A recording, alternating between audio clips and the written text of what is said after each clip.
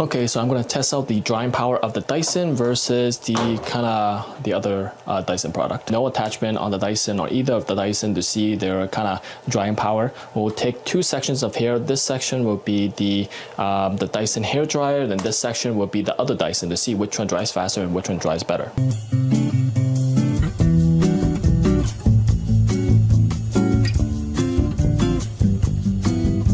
Okay, so I think the one dried it a little bit faster, and I'm not using any attachments because I didn't want the attachments to kind of skew the results. So I think in terms of drying this one, although you have to kind of obviously hold it at a bit of a weird angle, this is still probably a little bit better in terms of drying. But for the initial results, this is what it looks like. This is with the one drying. This is with the Dyson drying. I think initially I can feel this one feels a little bit better. So maybe the one dries it a little bit faster, but the Dyson the hair feels a little bit better. Now, both of the Dyson products have their kind of own set of smoothing products. This is for the blow dryer. This one kind of smooths your hair. This is also the same thing. They kind of smooths your hair as well. So we're going to test out which one looks better. So we're going to use the Dyson attachment on this side and the one attachment on this side.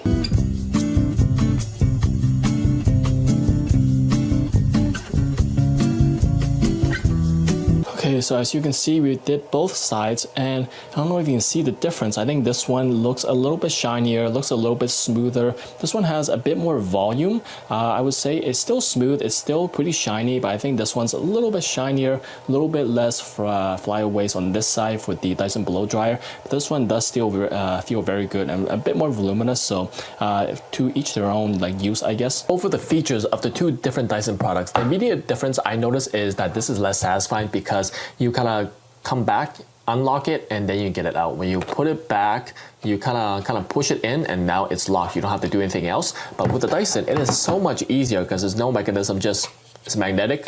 It's super satisfying to clip back in, and there you go. I can give you the fan speed and the noise level of each. This is the lowest fan speed, second fan speed,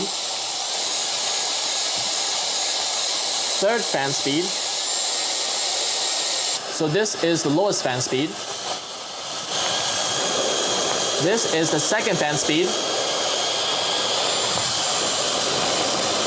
This is the third fan speed. So in terms of pure raw fan speed, this one is definitely the winner. I don't know if you can see the tissue, but I can definitely feel on my finger. This thing was blasting. So I have a not so scientific review where I'm just gonna measure the temperature and see how fast it rises and how fast it kind of cools down with the max heat temperature on this one. So as you can see, it never really got above 145, which is good for a styling product because this will be in contact with your hair for the duration of when you're curling it, when you're kind of doing your things. You don't want this to get too hot. So this is good that it doesn't increase the temperature all the way. Then there's a limit to how hot it gets. I will do the same for the Dyson.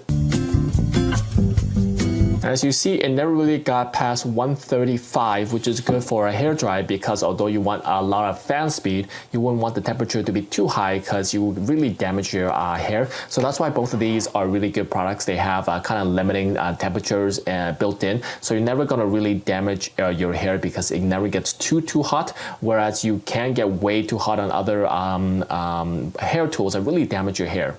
They both have an on and off switch right here, but this one, if you push it all the way up, it becomes cool. Does not have an option there, but you gotta press the button down here to make it cool. In terms of which one I like, I think this one I like more because you press it, you get cool air, whereas this one, you gotta continuously press it all the way up to get cool air. 3 different speed settings and also 3 different heat settings, including the cold, which is 4. In the same way, 3 different speed settings here, and also 3 different heating settings here.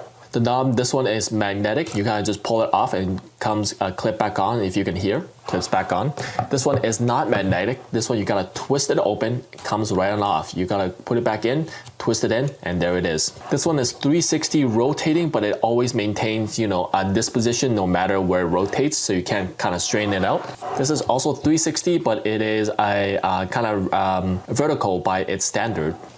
Another thing is you can adjust the fan speed by just obviously going to the right fan speed, to the right temperature. For this one, you you click it once to increase it, but once you're at the third level, you gotta click it once to go back to the second level, and then click another time to go back to the first. So you gotta go all the way up and then go all the way down. Same with the heat, you gotta go all the way up before coming all the way down. You can't just go halfway up and then halfway down with this one.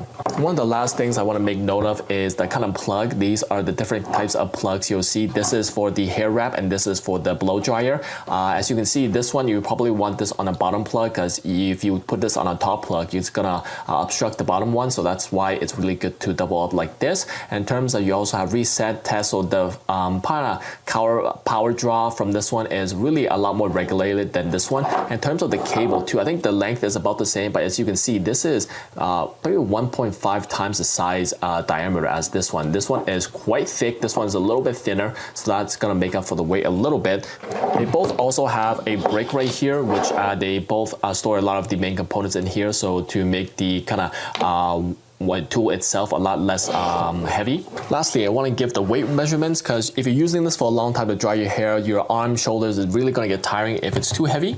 So this thing is around 450 to 440 grams, and this one base is around 350 grams. Now they both have the hair smoothing tool attachment, so this becomes 530 grams, while this one becomes 440 grams. So even though this one does, it is factually heavier, in terms of the weight distribution, I think this one does it a lot better, even though you still feel that this is heavier than this one, but it feels a lot less because of how well it's built, how well the weight is being distributed. And when you, me having used it for a while to demonstrate, around here is when it gets slightly warm.